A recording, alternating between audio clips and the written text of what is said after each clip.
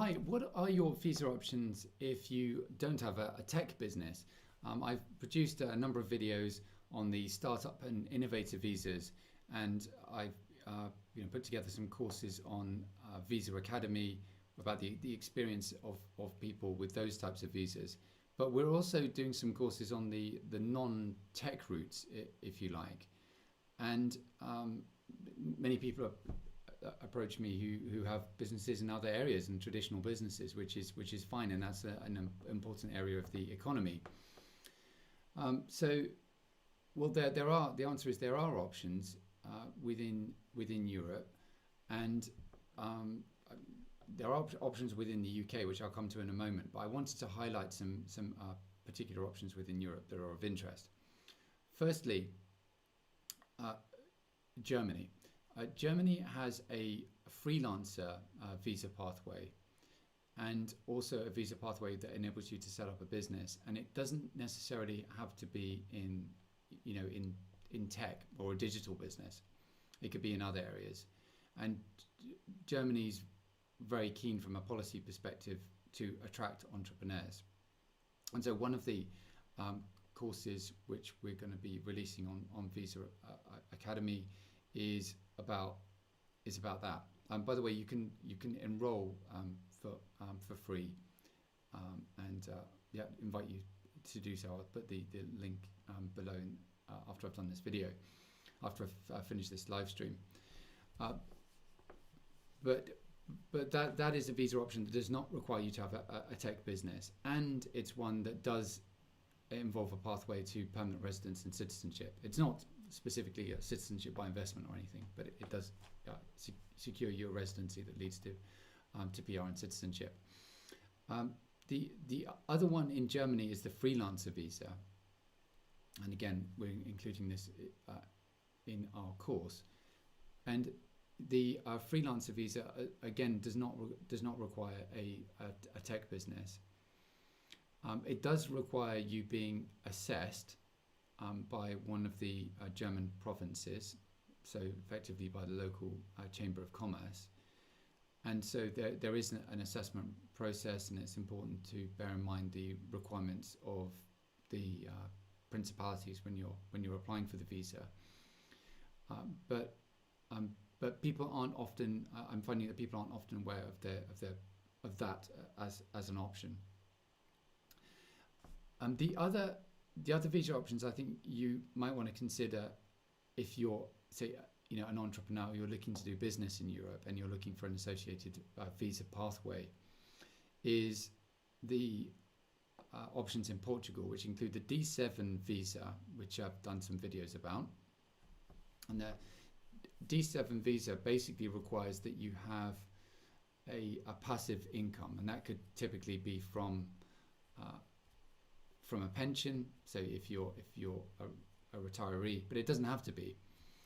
So it's effectively a passive income visa in that there's no specific income requirement, as long as it's above the minimum threshold, which for the main applicant would be the equivalent of about 635 euros.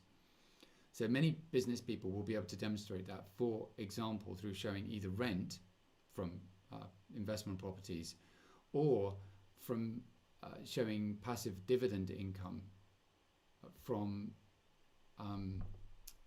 a company.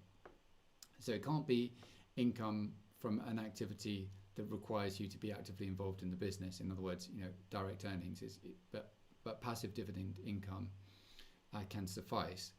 And it may be that through securing a D7 visa that you achieve your objective, which is to secure a residency. There's nothing to prevent you from starting the business under that visa route. It's simply that you're achieving it through another visa route, which often is easier. Now the other one in Portugal is the D2 visa, but it does require you to be actively pursuing a business in Portugal, and that is more involved in that you need to set up the entity first and have it trading, and typically there's a minimum sort of capital of around 5,000 euros that you'd need to put in. But but again, that's a visa pathway that doesn't require you to have a tech business or a digital business. So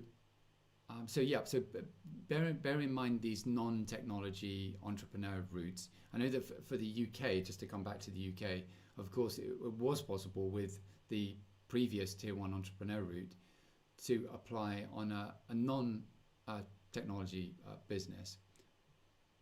But since they've introduced the requirements for innovation, scalability, and viability, people will typically have a tech or digital business, not exclusively. And the startup visa course on Visa Academy that I've done is about a business that's not exclusively tech. And you can see from the other applicants' stories that some of them aren't necessarily 100% tech, but broadly speaking, there's that's the policy target of these visa routes. So there are non-tech options. Do check them out. You can contact me to arrange a consultation. Happy to. You can also subscribe to get notifications. Of course, do enroll on Visa Academy for information about this. Of course, in terms of legal advice, this video is for general information purposes. You should take legal advice. If you do want to engage me, I'd be very happy to assist you.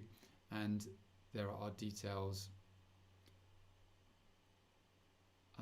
There will be details just on the link below. I'll drop them on the description after I finish this live stream.